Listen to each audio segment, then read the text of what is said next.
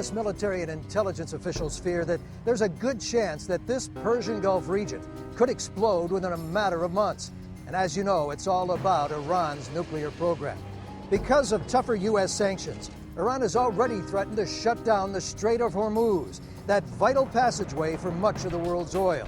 And if Israel launches airstrikes against Iran's nuclear program, Iranian leaders have threatened all-out war. The U.S. Navy's Fifth Fleet would be the world's first line of defense. And its commander, Vice Admiral Mark Fox, said today they're prepared to take on just about anything Iran throws at them. This is the world we live in. What if it happened tonight? What would we do? We're prepared today. U.S. officials warn, however, that Iran's massive stockpile of ballistic missiles is the more serious threat. And within just the past few days, Iranian leaders have threatened that if attacked, they would launch those missiles at U.S. targets in this region.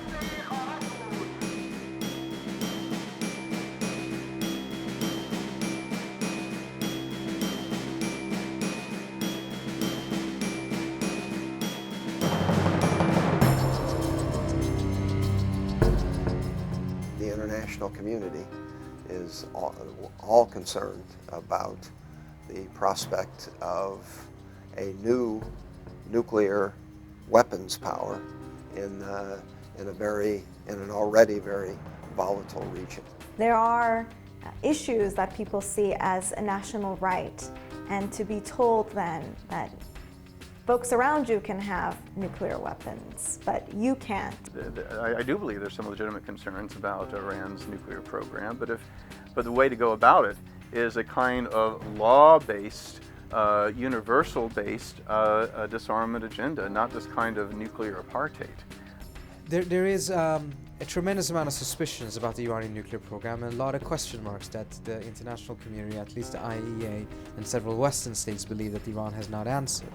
The bottom line is, regardless of how you assess the evidence for or against Iran here, bottom line is that in the absence of greater transparency and some sort of a deal that would give the IAEA far greater insight into what the Iranians are doing, there wouldn't be a comfort level outside of Iran, particularly in the West, in regards to the Iranian nuclear program.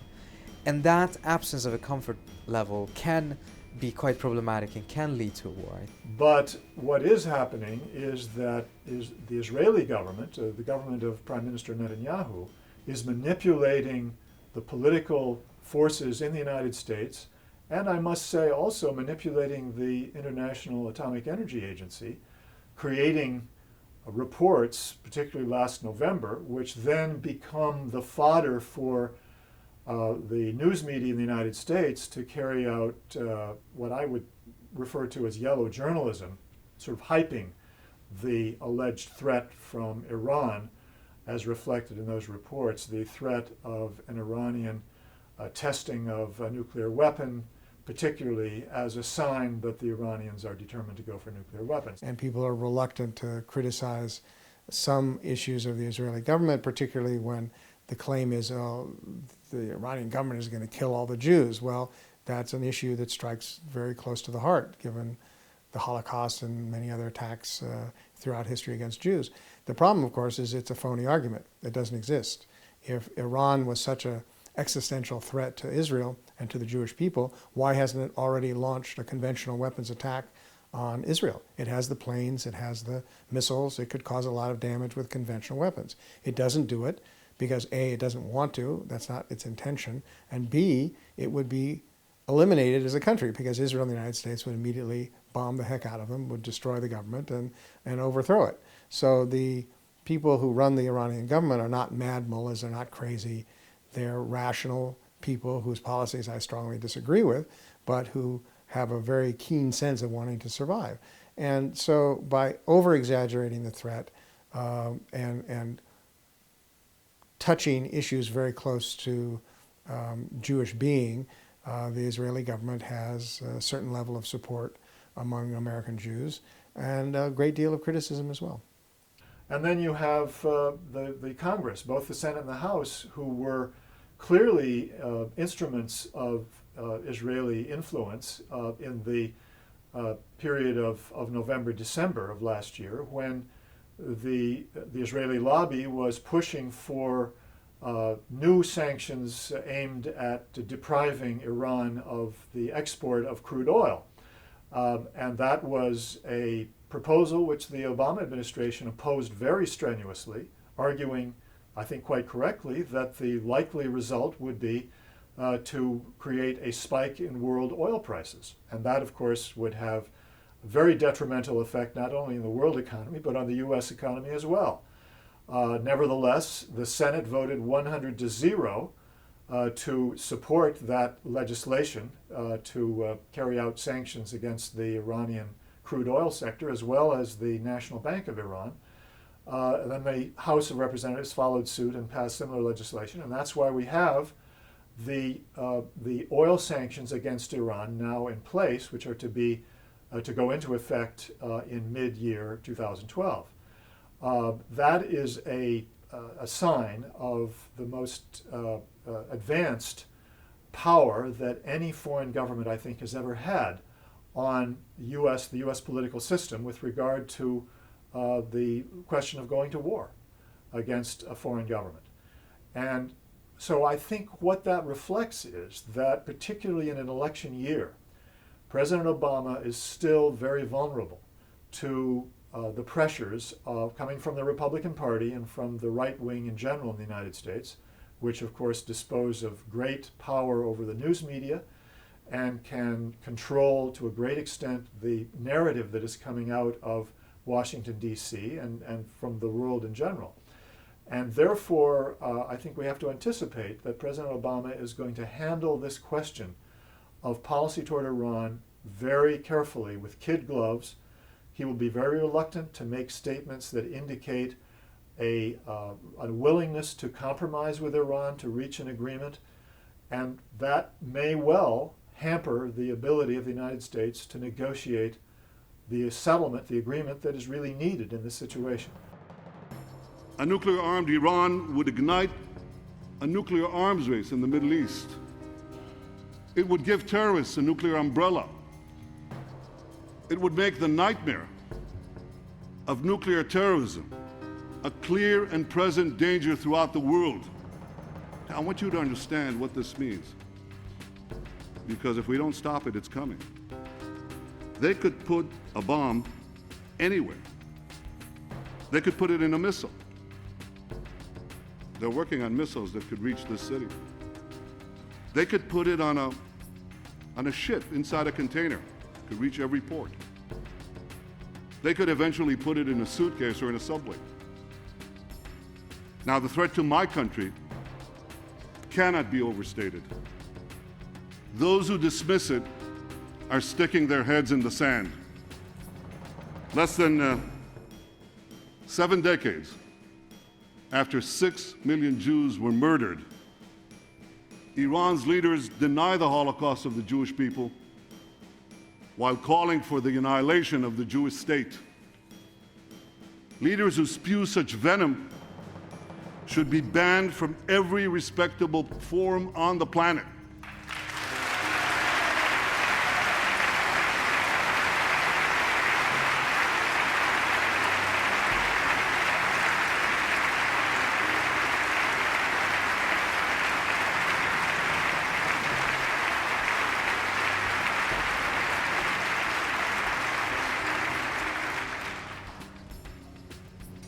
But there's something that makes the outrage even greater.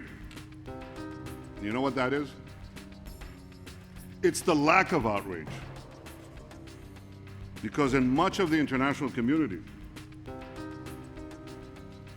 the calls for our destruction are met with utter silence. It's even worse, because there are many who rush to condemn Israel for defending itself against Iran's terror proxies. Not you. Not America.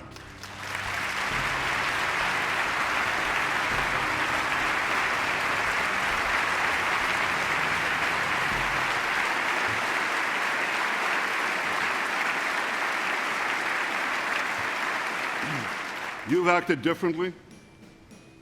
You've condemned the Iranian regime for its genocidal aims. You've passed tough sanctions against Iran. History will salute you, America.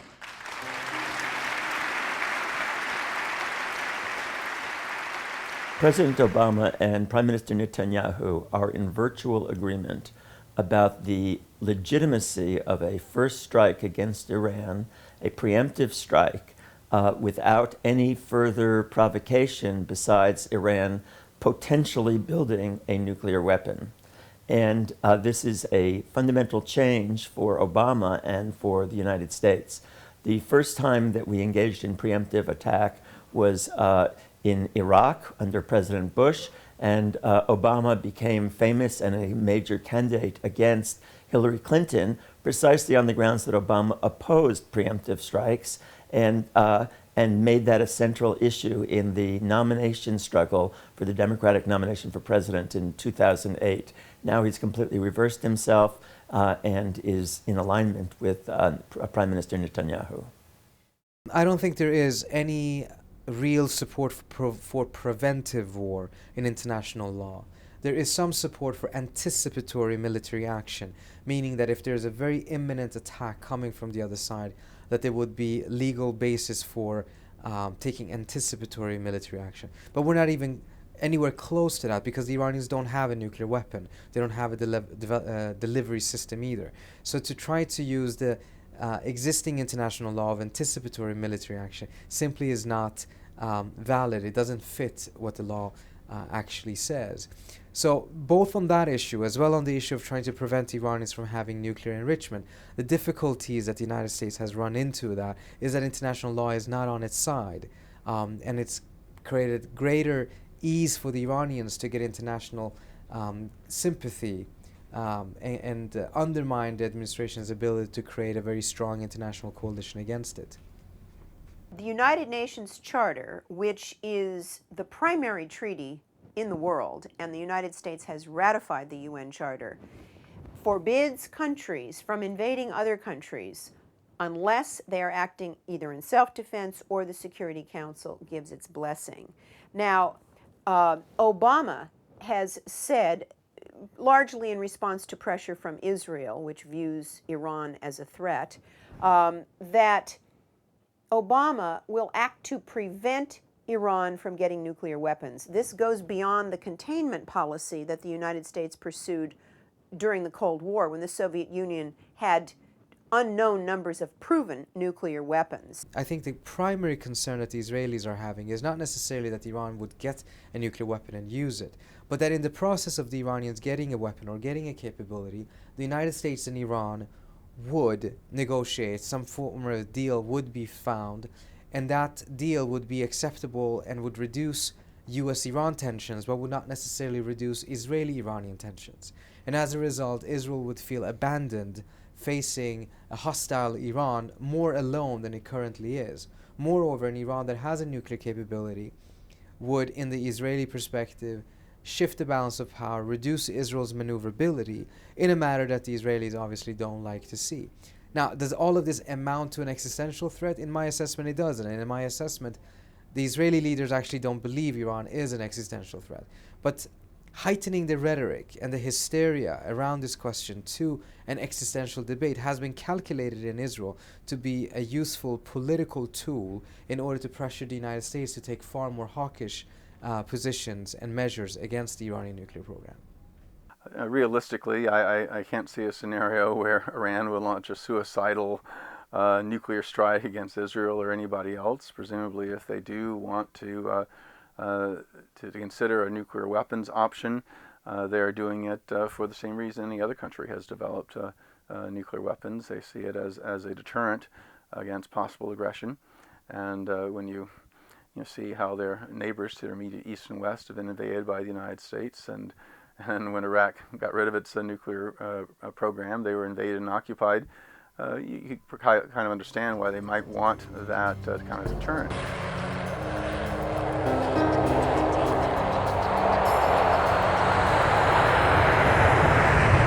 The cost to Israel of an unprovoked attack against Iran would be frightful. It would be as the former Mossad chief Meir Dagan has said publicly, it could be the end of Israel as a state. The reason being that Iran has the ability, in retaliation against a strike against Iran, to launch Shahab-3 missiles. It has apparently as many as 300 such missiles in its inventory. And once it launches those missiles, each of the missiles has 5 warheads, independently targeted warheads, which can be maneuvered so that they can strike a different target in Israel. That means that if only a small percentage of the Shahab-3 missiles that are launched in retaliation actually get through the Israeli anti-missile defense system, that would mean dozens of Israeli targets, obviously mostly cities, mostly urban areas of Israel, would be hit. And that means that there would be thousands of Israeli casualties killed, tens of thousands wounded, as the most likely scenario in any aftermath of an Israeli attack. That means that an Israeli attack is essentially an irrational policy to pursue. But that does not mean, I think, that we can be assured that it would not happen. So we know that Iran's going to come up with some ways to respond. What they'll almost certainly do is figure out how to cut off oil supplies and raise the price of oil, because that will very likely create a very significant global economic crisis that will be felt even in the United States. If there is an actual physical war, then the price of oil will go above $200, most likely between $200 to $250 to $300 per barrel, if not higher. Particularly if Iran can manage to close the Strait of Hormuz, which shouldn't be difficult to close it. The Iranians will have a problem keeping it closed, but as long as, even if they can manage to close it for 1 or 2 days, the world would perceive their reclosing it as a real possibility, and that would put huge pressure on the price of oil. And of course, as we know, a hike in the price of oil of that magnitude, where the price is triple, for example, would cause the world economy to collapse. So we have this irrational situation where Israel is, at least the prime minister, so the political office, is really drumming up the war drums for attacking Iran. And we know from military analysts, from intelligence analysts, overwhelming in the United States, and to a significant degree in Israel, that at best this will buy a little bit of time, but also likely increase Iran's resolve to actually develop nuclear weapons. So we know that this would be a very bad idea, not to mention that would be a bad idea for the global economy and certainly for instability in the Middle East. But somehow we're stuck in this situation, both Israel and the United States, of being very dependent on a huge military industrial sector and dependent on having an enemy to warn about. And in this case, we make it a very irrational solution that could be a danger to the global order. But there's a big difference between justifying your Pentagon budget and actually going to war against a foe like Iran. The reason being that Iran can strike back. I think that the feeling was that that Saddam Hussein's Iraq did not have the capability to strike against the United States, and therefore during the Bush administration was viewed as a foe that we could afford to carry out an aggressive war against. That's not the case against Iran, because Iran can hit U.S. forces in the region, both naval and army ground forces in the Middle East, and cause a great deal of damage, which the U.S. military, I don't think, believes is worth a war against Iran. There is much discord, debate going on within the Iranian government as we speak. We've all seen what happened in the 2009 elections, the current elections. There's an obvious internal power struggle going on between the Ayatollah and Ahmadinejad, and how the Revolutionary Guard fits into this, no one's quite sure. So there are various foci of power, and it's not clear whether among those various power groups within Iran, certainly there is disagreement as to whether they should in fact develop nuclear weapons.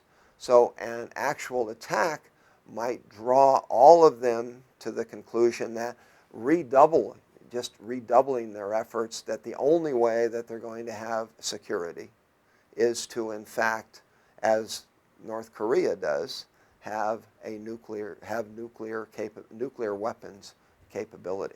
Well, I think in the assessment of most military analysts, even if there is a massive American military campaign against Iranian nuclear facilities, the likelihood of actually being able to prevent the Iranians in the long run from getting nuclear weapons would not be achieved. At best, it could set back the program a few short years.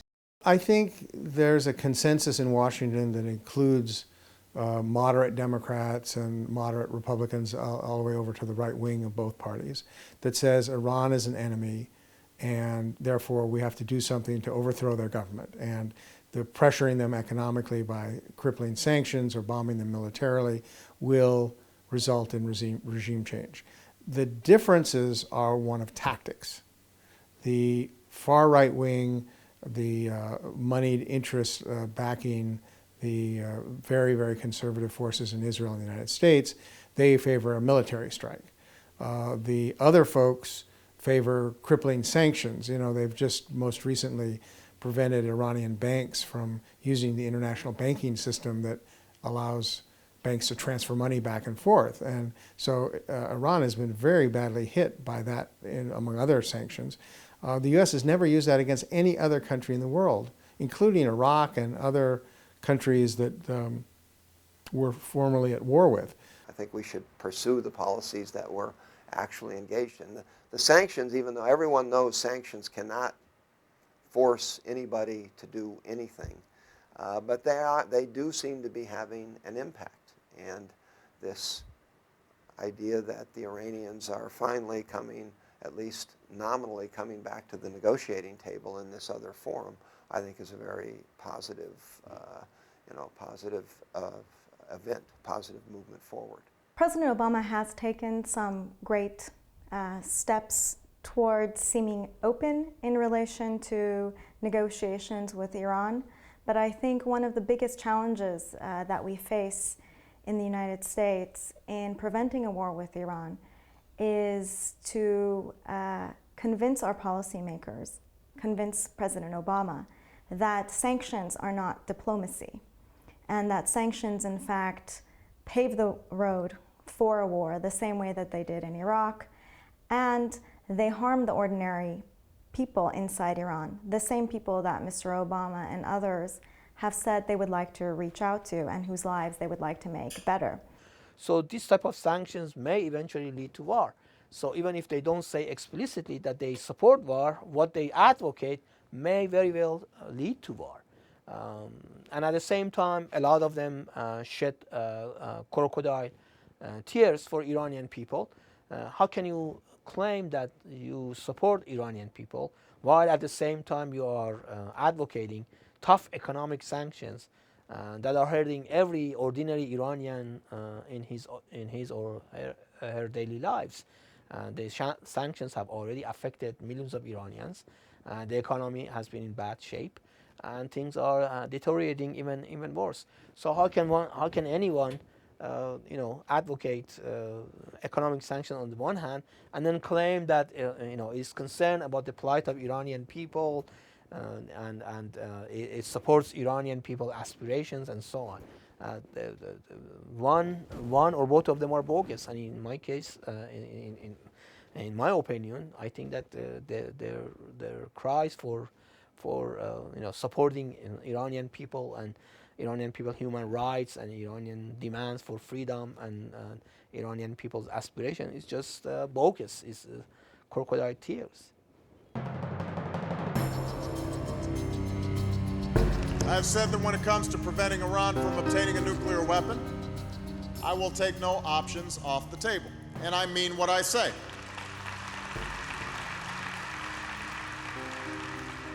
That includes all elements of American power. A political effort aimed at isolating Iran, a diplomatic effort to sustain our coalition and ensure that the Iranian program is monitored, an economic effort that imposes crippling sanctions, and yes, a military effort to be prepared for any contingency.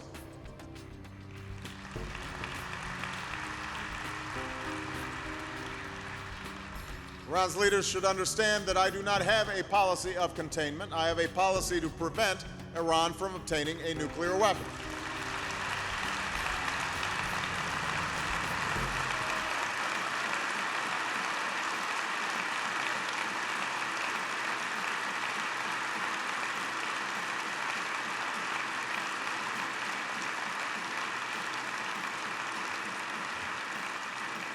And as I have made clear time and again during the course of my presidency, I will not hesitate to use force when it is necessary to defend the United States and its interests.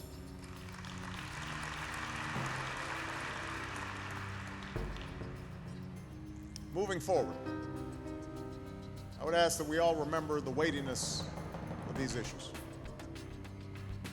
The stakes involved for Israel, for America, for the world. Already there is too much loose talk of war. Over the last few weeks, such talk has only benefited the Iranian government by driving up the price of oil, which they depend on to fund their nuclear program. For the sake of Israel's security, America's security, and the peace and security of the world, now is not the time for bluster. Now's the time to let our increased pressure sink in and to sustain the broad international coalition we have built. I was there to cover the president's speech at AIPAC, and the palpable sense of power that attended that conference is really quite astonishing. I mean, it was like nothing that I'd ever experienced in my life.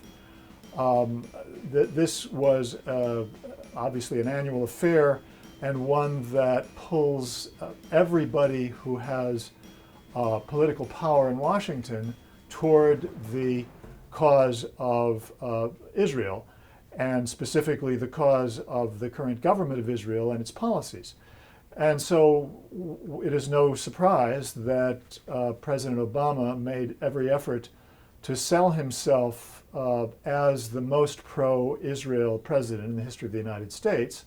And the reason is because the Israeli lobby disposes of huge amounts of cash for congressional campaigns, and has for many decades now, and that has created the illusion that a candidate for Congress really is not really very safe unless he is on the right side of the Israeli lobby in Washington.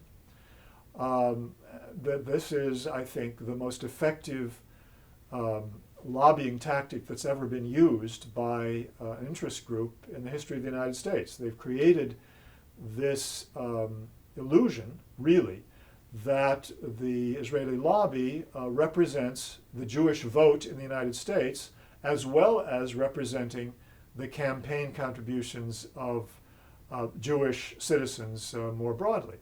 What they do represent is a relatively small number of campaign contributors who dispose of very, very large amounts of cash, and who really do unite behind the AIPAC positions, policy positions.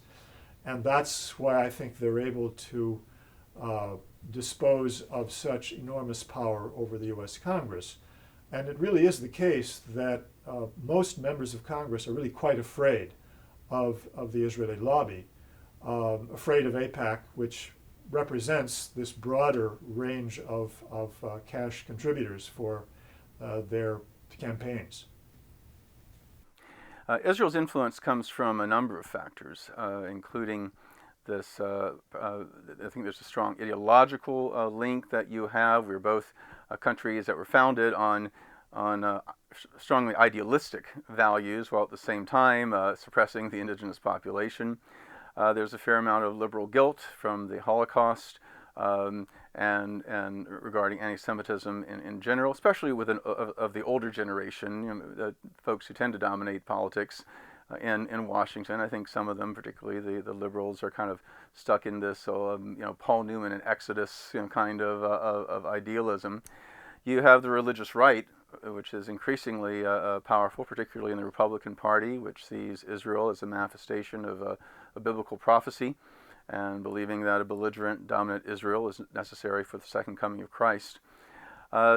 And then of course you do have the interest, the lobbying of AIPAC and similar groups, which have a fair amount of influence on Capitol Hill, though most of these are in these one-sided resolutions that are non-binding, that they don't directly impact a policy, but are indicative of the clout, certainly that AIPAC has on Capitol Hill. At the same time, in addition to Israel lobby, there is another powerful lobby in the United States that people don't speak about that much, and that's the lobby by Saudi Arabia. We know the Saudi Arabian government has expressed its desire on several occasions that the U.S. Should attack Iran. Documents released by WikiLeaks indicated that the King of Saudi Arabia had urged the United States to cut the head of a snake, meaning that Iran is a snake and its head is its nuclear program, and he had urged the U.S. to attack Iran's nuclear facilities. And there have been many reports in that that's what the regime of Saudi Arabia wants. So that's another lobby, very strong lobby in the United States that has been urging the United States to be very tough with Iran regarding its nuclear program. So if the administration can resist these pressures, and if the red line that they have said that Iran should not produce nuclear weapon is a true red line, then I believe a diplomatic solution is totally possible.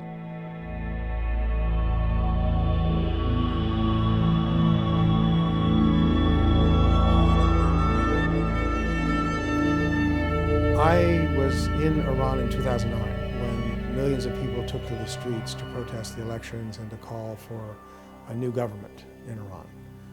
I kept in touch over the years with the opposition forces there.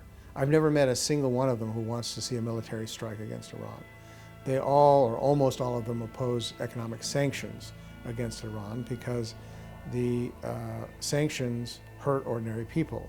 Just as one example, there's a runaway inflation right now in Iran, partially caused by Iranian government policies and partly caused by the sanctions. And the Iranian currency is worth a little more than half of what it used to. That means everything you want to buy from abroad, whether it be industrial parts or food or gasoline, is suddenly almost twice as much. That hurts ordinary people. The people of Iran have always made it clear to me that leave it to them to get rid of their own government and to install a government that represents the people of Iran. The United States, they don't trust the United States. You know, the U.S.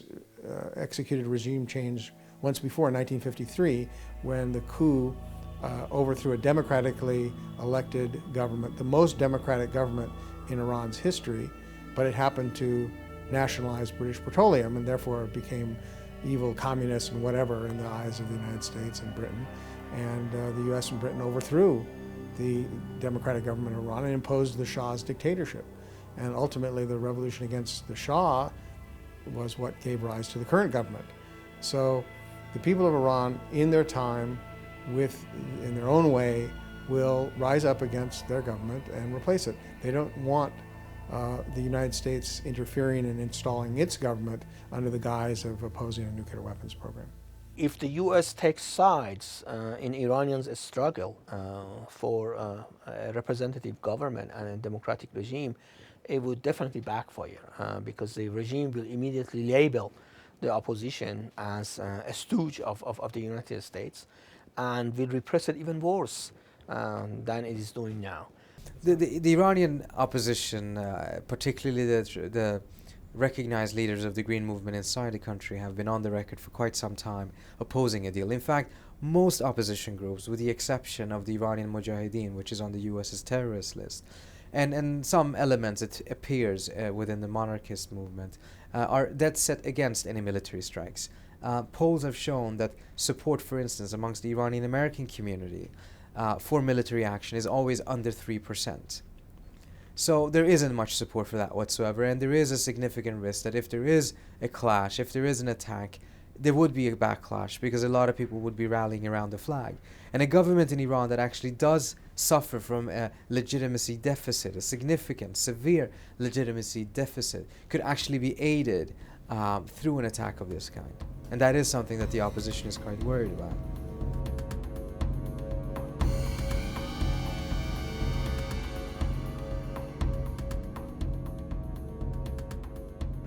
Iran, regardless of its regime, is in a very bad neighborhood.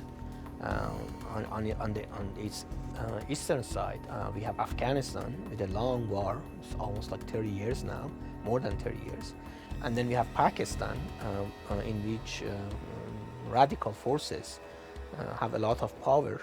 And at the same time, Pakistan, which is sort of an unstable country, is equipped with 60 to 100 nuclear warheads. On the western side of Iran, we have Iraq, which is unstable. There is still a lot of factional fighting, bombs going off every day, and so on. And then, of course, Iran is, as a whole, is in the Middle East, which is one of the most strategic and also sensitive areas of the world. So Iran does have legitimate security concerns. At the same time, in recent weeks, various administration officials, from Leon Panetta, the Secretary of Defense, to others, have said that the red line for the United States vis-a-vis Iran's nuclear program is that Iran should not produce a nuclear weapon.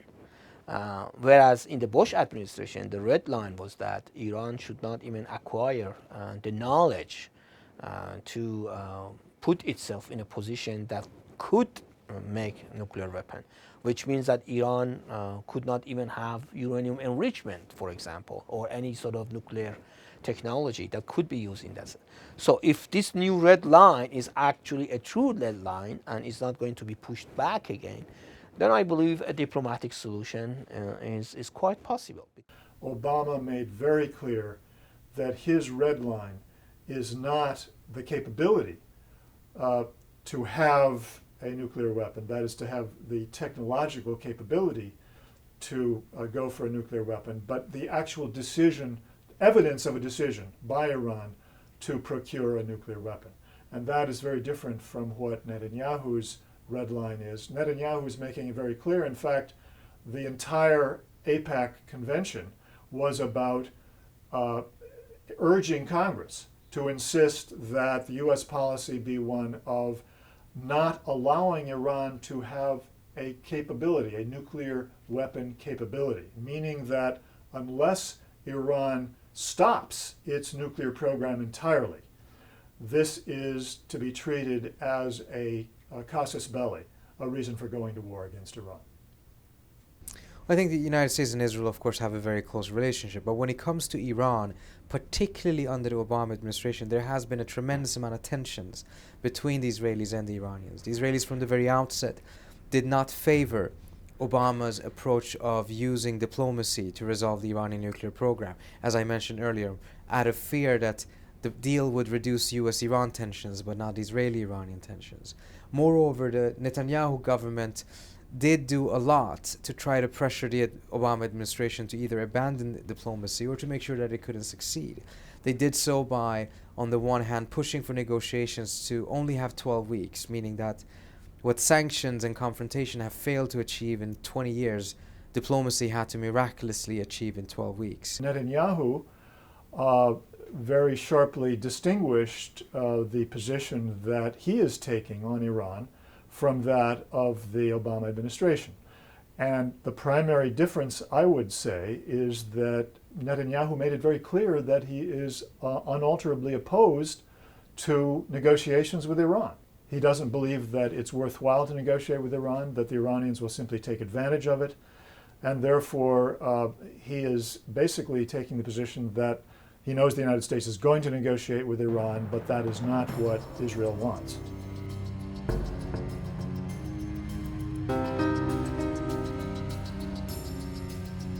Remember, Iran has no nuclear weapons and has no nuclear weapons program to develop them. Israel, we know, has at least 200 atomic weapons capable of attacking countries in the region by missile and by airplane. It was developed illegally, surreptitiously. Israel keeps it a secret. The person who revealed definitively the existence of the program was jailed and treated horribly inside Israel, and today is not allowed to leave the country even though he's out of jail. The Israelis never signed the Non-Proliferation Treaty, so that's their excuse. They don't have to have international inspectors because they never signed the treaty. Well, you know, North Korea pulled out of the NPT, the Non-Proliferation Treaty, but the United States and everybody else demands that inspectors go back into North Korea and that they re-sign up and so on and so forth. But Israel is exempt from that. It's total hypocrisy. I actually interviewed a former Secretary of Defense and asked him that question. And he looked at me like I had landed from Mars. He says, well, of course it's okay that Israel has nuclear weapons. They're an ally. That somehow answers the question, that allies are not held to any standards whatsoever, and enemies can be accused of all manner of, can be accused falsely of all manner of things. The hypocrisy certainly has been pointed out, and it does speak to another path towards trying to resolve these issues overall, and that is the potential for diplomacy to work in the arena of, instead of just focusing on Iran exclusively, to put it in a larger regional context of trying to potentially achieve a Middle East nuclear weapons-free zone, which obviously would have to include Israel and would have to include Israel taking a number of steps much farther than where it actually stands today. So that, in fact, was one of the results of the 2010 Non-Proliferation Treaty Review Conference, which happens every 5 years. Is one of the proposals there was to reinvigorate discussions and involve all of the parties, the appropriate parties in the Middle East, towards the ultimate objective of trying to create a Middle East nuclear weapons-free zone. Of course, Israel's not very interested in moving along that path now, when they see what they define as an existential threat. To them, this is the only thing that, you know, they can't rely on the United States or any external power for their ultimate security and protection. It's ultimately their, certainly their nuclear arsenal and their conventional capabilities, indigenous, that they rely on. If Obama or if Israel invades Iran, it would violate the UN Charter. The Security Council has not authorized it, and it would not be self-defense. Iran has not invaded any other country for 200 years, and the UN International Atomic Energy Agency and the United States National Intelligence Estimate, which is a group of the 16 primary intelligence agencies in the United States, have both said there is no evidence that Iran has is developing nuclear weapons. That they might have been doing that, but that ended, that program ended in 2003. And under the Nuclear Non-Proliferation Treaty, to which Iran is a party, countries have the right to enrich uranium for peaceful purposes, and Iran says that it is enriching uranium for peaceful purposes. Moreover, under Security Council Resolution 687, which was one of the resolutions that ended the Gulf War, it called for a weapons of mass destruction free zone in the Middle East. That includes Israel. Israel's part of the Middle East. And yet Israel reportedly has between 400 and 600 nuclear weapons. And yet we're focused on Iran, which does not have nuclear weapons. So if the United States or Israel were to militarily attack Iran, that would violate international law, it would violate the United Nations Charter. I don't think that that anybody has the moral authority to attack anyone else, but only to defend oneself. And so it's even more gross in this situation where you have the advanced industrial countries that have nuclear weapons threatening everybody else. Meanwhile, they are threatening it on the basis of the Non-Proliferation Treaty, but that same Non-Proliferation Treaty calls for for those nuclear powers to disarm. Instead, they're not disarming, and they are using their power to try to coerce other countries to not develop the same weapons they have. There's no morality in that. Yeah, you know, international law does not recognize countries bombing other countries because they might pose a threat at some time in the future. You know, it used to be self-defense meant somebody invaded you or attacked you and you responded. But the US and to some extent the Europeans and the Israelis have turned that on its head to say, because we have such military strength and the other side can't retaliate, we can go carry out attacks on them and call it self-defense. Israel did that when it attacked a nuclear facility in Iraq back in the 90s. And then it did it again in the case of Syria at the end of the Bush administration era. In the case of Syria, I don't think it was a nuclear plant. I think there was a conventional weapons facility. But the U.S. and the Israelis claimed it was nuclear, so that, of course, must be what's true. You know, Israel regularly invades Gaza. It sends its troops into the West Bank. It's invaded and occupied Lebanon numerous times. Basically, it's might makes right. We're the strongest power in the Middle East, so we can do whatever we want. They're unlike, it has been done before by the Israelis, Syria 2007. It was a single, still not constructed reactor facility, and Iraq in 1981, taking out the Osiris reactor, again, a single facility, and different responses in both cases. Syria, with other issues coming into play, obviously, as we've seen today, they basically have not pursued nuclear weapons capability. They do have, however, a very extensive, it's thought, we don't know for sure, but it's thought a very extensive chemical weapons stockpile that we're very worried about in the context of the current upheaval.